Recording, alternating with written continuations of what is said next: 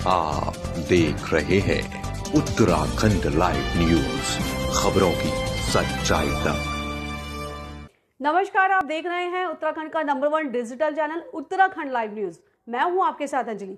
चलिए आपको दिखाते हैं कौन सी रही अभी तक की वो बड़ी खबर जो आपके लिए जानना है जरूरी। देहरादून के प्रेस क्लब में पंडित मनीष गोनियाल समाज सेवी एवं प्रत्याशी मसूरी विधानसभा 2022 ने आज प्रेस वार्ता की, जिसमें उन्होंने सीधा कैबिनेट मंत्री गणेश जोशी पर आरोप लगाते हुए कहा कि कैबिनेट मंत्री गणेश जोशी द्वारा दिए गए बयान विवादित बयान को लेकर स्पष्ट नजर आता है कि कैबिनेट मंत्री गणेश जोशी द्वारा रक्षाबंधन समारोह में जिस प्रकार से अपने राजनीतिक प्रतिनिधियों को कीड़े मकोड़ों की संज्ञा दी है कि साथ ही उन्हें चोर डकैत तक बता दिया है।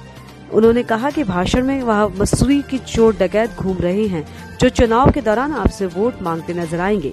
इसके साथ इस बयान को लेकर उन्हें सार्वजनिक रूप से माफी मांगनी चाहिए। ये चोर डकैत तो घूम रहे ना आपके यहाँ, घूम रहे कि नहीं घूम रहे? चलता घूम रहे ना, आजकल डकैत घूम रहे हैं डकैती डालने के लिए, क्या कहाँ का डाका डाला है। और ऐसे डकैत यहाँ पर आएंगे तो क्या करोगे आप लोग? क्या बोलोगे? क्या बोलोगे? क्या बोलोगे बताओ? हैं? जोर से बोलो। वो डकैत अगर यहाँ पर आएंगे, बोला डकैतों के लिए कोई जगह नहीं है यहाँ, तो हमारा भाई विधायक है, हमारा भाई मंत्री है, डकैतों के लिए कोई जगह यहाँ पर नहीं है। बोलोगे ना? तो वहीं मनीष गोनियाल ने कहा कि कोरोना गाइडलाइंस को लेकर कई दिशा निर्देश जारी किए गए हैं। वहीं राजनीतिक दलों द्वारा रक्षाबंधन समारोह में स्वागत समारोह और आशीर्वाद जन यात्रा तक का आयोजन किया जा रहा है, जिसमें हजारों की संख्या में लोग आ रहे हैं, जिससे कोरोना संक्रमण का खतरा लगातार बढ़ रहा है। ऐसे में कोरोना काल को हजारों लोगों की जान का खिलवाड़ किया जा रहा है। इस पर संस्कार को तुरंत संज्ञान लेना चाहिए और ऐसे समारोह को निरस्त किया जाना चाहिए। जहां शादी ब्याह और अन्य समारोह में सीमित संख्या को लेकर लोगों को आने की बात कही है, तो वहीं राजनीतिक दलों पर भी इस पर अंकुश लगाना चाहिए। उत्तराखंड लाइव न्यूज के लिए देहरादून से मुक्ति लाड की रिपोर्ट।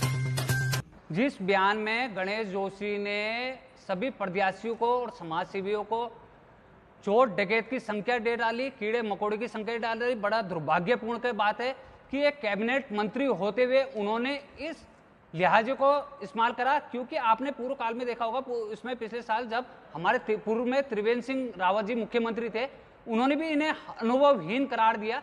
क्योंकि एक अनुभवहीन जैसी बात कर रहे हैं। भारी व्यक्ति अगर ये पहाड़ के बेटे होते तो अन्यथा ऐसी बातें ना करते।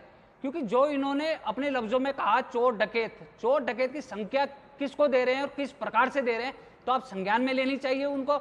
और क्योंकि ये पहाड़ी बहुमूल्य क्षेत्र है और मैं पहाड़ का बेटा हूं, पहाड़ का दर्द समझता हूं, और पहाड़ का दर्द समझने के नाते मैंने यहाँ अन्य दलों के भी उसमें अपना बयान में खुद गणेश जोशी को चुनौती देता हूं। 2022 में ये पहाड़ का बेटा आपको बाहर का रास्ता दिखाएगा। क्योंकि मसूरी विधानसभा सम्मानित जनता का मेरे पे आशीर्वाद है, और जिस कदर इन्होंने चोर डकैत बोला, तो एक प्रकार से ये चोर डकैत खुद अपने नाम से ले रहे हैं। क्योंकि इनकी रातों की नींद हराम हो चुकी है, क्योंकि इनको अपनी कुर्सी खिसकते हुए दिखाई दे रही है, क्योंकि ये बौखला गए हैं। और दूसरा, आपने ध्यान दिया होगा इन्होंने जब घोड़े को किस दर्द से मारा था, और घोड़े की टांग टूट गई थी और घोड़ा उस ब्याज में मर गया था, तो आप देख सकते हो उस ब्याज में जेल भी गए थे ये। तो ये लागू अपने में करना चाहिए इन्हें चोर डकैत। भारी व्यक्ति को किस बेस में ही बोल रहे हैं चोर डकैत, है ना। और बीजेपी सरकार कोरोना गाइडलाइन की एक पवित्र बात बोलती है कि कोरोना गाइडलाइन का पालन करो। ये खाली गरीबों के लिए, अमीर आदमियों के लिए नहीं है, नेताओं के लिए नहीं है। धज्जियां उड़ाई जा रही है इसमें कोरोना गाइडलाइन की। आप देख रहे होंगे वीडियो में हजारों की संख्या में महिलाएं आ रखी है, बिना मास्क के महिलाएं घूम रही है।